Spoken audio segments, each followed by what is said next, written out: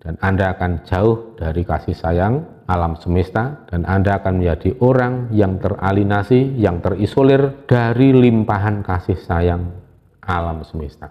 Padahal untuk menghadapi situasi dan kondisi yang saat ini banyak mara bahaya, terutama potensi dari bencana alam, baik yang datang dari unsur air, unsur tanah, semua itu bisa diantisipasi dengan cara Anda mendekatkan diri kepada alam dan Anda berada di dalam rengkuan Sang Bobo Angkoso dan dalam pangkuan Sang Ibu Bumi Pertiwi.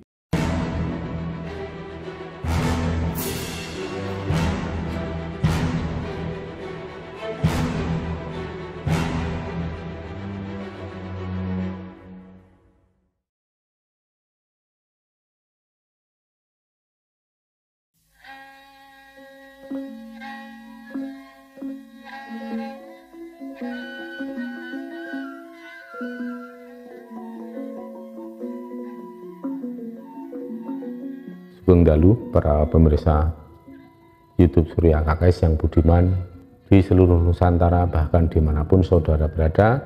Salam sejahtera, salam kebajikan, Om Swastiastu, Namo Buddhaya, salam salam rahayu. Semoga kita semua dalam keadaan sehat berkaswara, sayem tentrem, lancar rezekinya, tansah pinaringan sih wiloso, saking ngersaning Gusti ingkang Maha Agung. Para pemirsa, beberapa hari yang lalu, tanggal 12-13 Oktober, Prabu Siliwangi rawuh dan memberikan suatu informasi yang cukup penting bagi saya pribadi, dan beliau juga berkenan untuk agar supaya saya menyampaikan kepada anak-anak saya, terutama yang berada di wilayah Jawa Barat dan khususnya di wilayah Bogor. Apa yang terjadi? Ya, sebenarnya sudah beberapa hari ini kita bisa melihat bagaimana bencana yang terjadi di wilayah Jawa Barat, wilayah Banten, itu memang sangat intensif terjadi. Kita bisa melihat di sana terjadi banjir bandang yang cukup dahsyat di wilayah Banten, di wilayah Lebak ya, dan di sekitar wilayah Jawa Barat juga. Namun demikian, itu sepertinya belum merupakan sesuatu yang sifatnya urgent bagi Prabu Siliwangi, karena justru beliau memberikan perintah agar supaya terutama untuk sedulur-sedulur yang berada di wilayah Bogor, Jawa Barat, itu supaya ekstra hati-hati, supaya lebih waspada, karena potensi-potensi bencana alam yang berasal dari unsur air dan tanah itu sangat besar potensinya. Mungkin di daerah Bogor saat ini memang beberapa tempat itu memang sudah tergenang oleh banjir, tapi saya kira itu belum seperti yang dimaksud oleh Eyang Prabu Siliwangi, karena ada sesuatu yang sepertinya lebih urgent dan lebih gawat dari itu. Dan seperti sebelum-sebelumnya saya menyampaikan suatu pesan seperti ini bukan bertujuan untuk membuat cemas dan takut, tetapi saya berharap agar supaya para pemirsa, sedulur-sedulur semua dapat melakukan langkah mitigasi bencana yang lebih baik.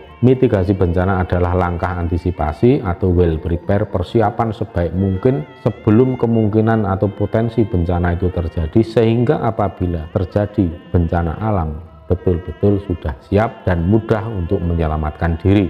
Dan perlu saya tambahkan juga nanti bahwa mitigasi bencana tidak hanya sesuai dengan protap atau juknis yang ditetapkan oleh BMKG, oleh BNPB, Badan Penanggulangan Bencana Nasional, tapi saya pribadi juga menyusun beberapa juknis gitu aja, petunjuk teknis cara melakukan mitigasi bencana secara spiritual. Ini yang pertama saya sampaikan adalah mitigasi bencana yang dilakukan sesuai dengan petunjuk pemerintah melalui BMKG dan BNPB. Apabila kita menghadapi suatu potensi bencana alam berupa tanah longsor dan banjir, saya kira mitigasi bencana juga tidak jauh beda dengan saat menghadapi potensi letusan gunung berapi. Mitigasi bencana yang standar dilakukan itu adalah mengemas atau mempacking benda-benda berharga. Di sini ada surat-surat tanah, kemudian ada BPKB, STNK, bisa jadi surat pegadaian, ya kecuali surat cinta ya itu bisa dihanyutkan pun tidak apa-apa kalau memang nggak penting. Ada suara kuntilanak. Dan kemudian ada lagi binatang ternak atau hewan ternak. Untuk benda-benda yang berharga yang sifatnya ringkes untuk dipacking seperti surat-surat berharga, perhiasan, dan termasuk uang cash yang disimpan di rumah itu bisa di packing, pakai wadah atau tempat khusus, koper atau tas, dan kemudian diletakkan di posisi yang jika sewaktu-waktu terjadi musibah atau bencana alam yang sifatnya dadaan itu mudah untuk diambil dan cepat untuk diselamatkan. Kemudian menyiapkan juga tas atau ransel yang berisi pakaian ganti, selimut, dan obat-obatan seperlunya, ya standar saja, ya misalnya untuk obat masuk angin, flu, kemudian minyak gosok, yaitu yang standar-standar gitu perlu sekali. Dan disiapkan juga untuk lampu penerang, kemudian power bank dan sebagainya, seperti kabel-kabel roll kecil yang bisa diringkes, ya. Yaitu standar seperti itulah, itu namanya mitigasi bencana jika sewaktu-waktu harus evakuasi dan mengungsi ke tempat yang aman. Dan yang berikutnya, apabila panjenengan terutama yang memiliki binatang ternak itu ya sebaiknya memang sudah ada rencana untuk evakuasi. Apabila terjadi suatu bencana alam, maka binatang ternak itu akan dievakuasi kemana, itu sebaiknya memang sudah direncanakan. Dan ini bisa dikoordinasikan melalui pemerintah daerah atau aparat desa setempat, ya, bersama pengurus RT RW setempat untuk dilakukan pelatihan-pelatihan mitigasi bencana, melakukan mitigasi bencana untuk menanggulangi apabila terjadi bencana alam yang sifatnya mendadak, sehingga tidak perlu panik lagi dan tahu langkah yang harus diambil, menyelamatkan diri kemana, evakuasi kemana. Dan apabila terjadi anggota keluarga pada lari tunggang langgang tercerai-berai ke arah yang tidak tentu, kalau sudah ada mitigasi bencana itu bisa diatur.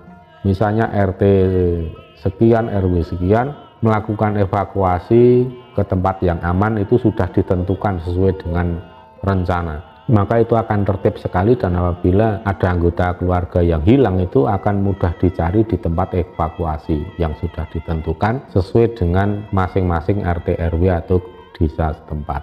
Kemudian langkah berikutnya adalah melakukan mendiagnosa atau mendeteksi di mana daerah-daerah atau wilayah yang sekiranya paling rawan terjadi bencana alam, misalnya daerah-daerah yang lembah, yang mudah tertimpa tanah longsor atau banjir bandang, itu supaya bisa dikalkulasi dan dipetakan juga. Jadi ada mapping di mana wilayah-wilayah yang rawan bencana level 1, level 2, level 3, dan kemana wilayah-wilayah tersebut akan dievakuasi apabila terjadi bencana. Apabila pemerintah daerah termasuk sampai ke desa dan RT RW itu melakukan mitigasi bencana dengan cara yang tertib seperti itu, bahkan ada pelatihan-pelatihan juga secara khusus apabila terjadi bencana alam, maka saya optimis bencana alam bisa diminimalisir, risiko korban jiwa, harta benda, dan sebagainya. Termasuk yang paling sulit adalah mengevakuasi binatang ternak. Ini bisa diatasi dengan cara merencanakan di mana nanti disiapkan relokasi atau alokasi tempat untuk evakuasi, terutama khusus untuk binatang ternak, ya, untuk hewan ternak. Jadi kalau ada lokasi yang dipersiapkan untuk mengevakuasi binatang ternak, itu akan membuat lebih mudah menangani dan menyelamatkan harta benda rojo brono atau hewan-hewan ternak yang harus diselamatkan. Jika semua langkah mitigasi bencana ini sudah dilaksanakan dengan ideal, maka ketika terjadi suatu bencana, warga masyarakat tinggal fokus untuk menyelamatkan diri dan dengan sigap untuk membawa benda-benda, barang-barang yang paling utama untuk dibawa lari atau untuk diselamatkan. Yang kedua adalah mitigasi secara spiritual. Seperti yang sudah sering saya sampaikan, saya pribadi melakukan langkah mitigasi secara spiritual melalui dua cara, yaitu cara yang bersifat umum dan spesifik. Yang bersifat umum itu ya saya lebih intensif untuk menyapa lingkungan alam. Lingkungan alam sekitar saya menyapa lingkungan alam ini, termasuk dengan segala macam isinya makhluk hidup yang ada di situ, baik yang kasat mata maupun yang tidak. Ketika saya melihat gelagat ada perubahan alam yang sekiranya cukup riskan terjadi bencana alam, saya lebih intens untuk menyapa alam, baik dengan ucapan-ucapan misalnya permisi, salam dan sebagainya kepada para seluruh entitas makhluk ciptaan Tuhan, baik yang kasat mata maupun yang tidak kasat mata. Saya doakan semoga kalian semua, kita semua diberikan keselamatan. Itu doa-doa yang sepele seperti itu, walaupun tidak tampak wujudnya, panjenengan bisa melontarkan doa itu kepada seluruh makhluk hidup yang tidak tampak oleh mata. Asalkan panjenengan lakukan dengan rasa yang tulus, yang jujur ya, tidak kamuflase, jujur apa adanya, pasti semua itu akan membuahkan hasil yang positif. Itu akan menjadi dharma yang kemudian akan berbalik menjadi kebaikan pula untuk diri panjenengan. Karena saya melihat bahwa makhluk halus kalau kita berikan kasih sayang, welas asih, mereka akan membalas dengan kasih sayang dan belas asih yang berlipat ganda kepada diri kita. Kadang saya dengan jalan-jalan di tempat-tempat yang sekiranya banyak di situ berkerumun makhluk halus ya, misalnya saya perindang-perinding atau kerasa gimana tempat yang singup, justru saya tegur sapa mereka, saya doakan dan kemudian saya bagi rokok. Nah, panjenengan yang merokok bisa membagikan rokok kepada mereka, kalau panjenengan tidak merokok bisa membagikan makanan kepada mereka. Yang intinya adalah inilah bentuk kasih sayang atau belas asih manusia kepada seluruh makhluk hidup. Walaupun cara yang sepele seperti itu, walaupun yang Anda berikan cuma satu batang rokok atau hanya satu bingkis atau satu bungkus makanan, itu merupakan tindakan yang tidak akan sia-sia. Karena respon alam akan begitu dahsyat, terutama para makhluk hidup yang tidak kasat oleh mata. Dan nanti panjenengan akan merasa menjadi orang yang selalu beruntung saat tiba-tiba nemu bejo. Anda mungkin berpikir bahwa ini memang keberuntungan yang entah apa sebabnya.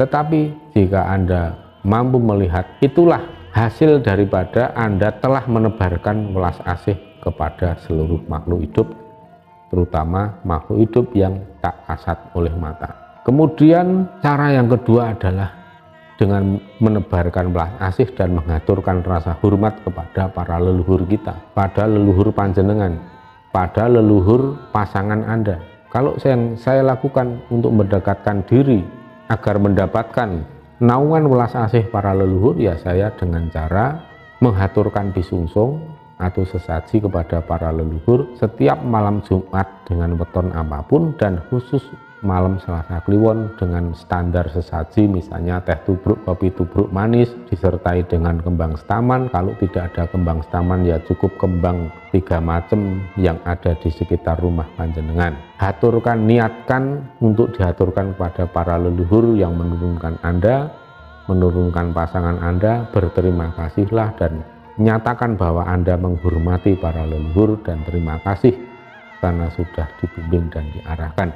Bagi panjenengan yang masih meragukan omongan saya, Anda bisa membuktikan, Anda bisa menjadi saksi bahwa apa yang saya omongkan ini tidaklah ngoyoworo atau omong kosong, tapi laksanakan saja dan lihat hasil dan manfaatnya. Dan tidak usah nunggu nanti kalau sudah akhir zaman atau akhir bulan, tetapi Anda bisa langsung menyaksikan secara spontan apa manfaat. Paling tidak kita akan menjadi orang yang merasa ayom-ayom tentrem karena kita merasakan betul ada energi yang melindungi kita, baik itu energi yang berasal dari para leluhur, energi yang berasal dari welas asih teman-teman, sahabat, kerabat kita, maupun welas asih yang datang dari para makhluk halus. Itulah kepanjangan tangan Tuhan.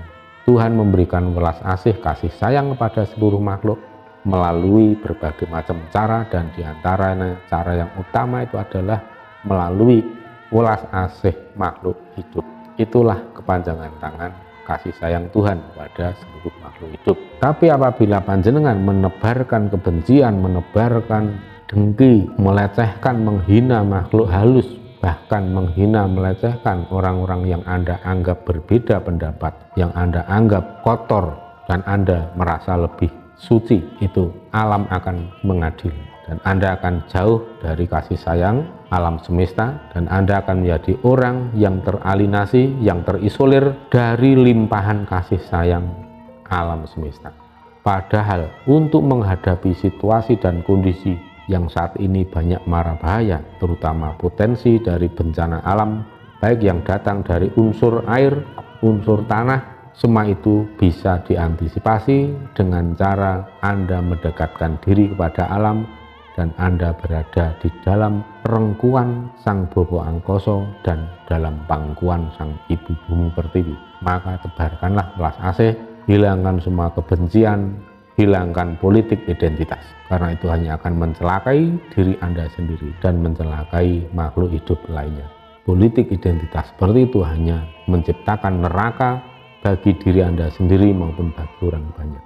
Dan perlu saya ulangi sekali lagi untuk sedulur-sedulur dan saudara-saudara saya yang ada di wilayah Bogor, baik di kota maupun yang di pelosok di pinggir daerah, semoga selalu diberikan energi keselamatan, dan apabila nantinya terjadi suatu mara bahaya yang muncul dari fenomena alam atau bencana alam, semua sudah melakukan langkah antisipasi dan akhirnya mendapatkan jalan yang terbaik untuk meraih keselamatan, baik untuk keselamatan raga maupun keselamatan jiwa.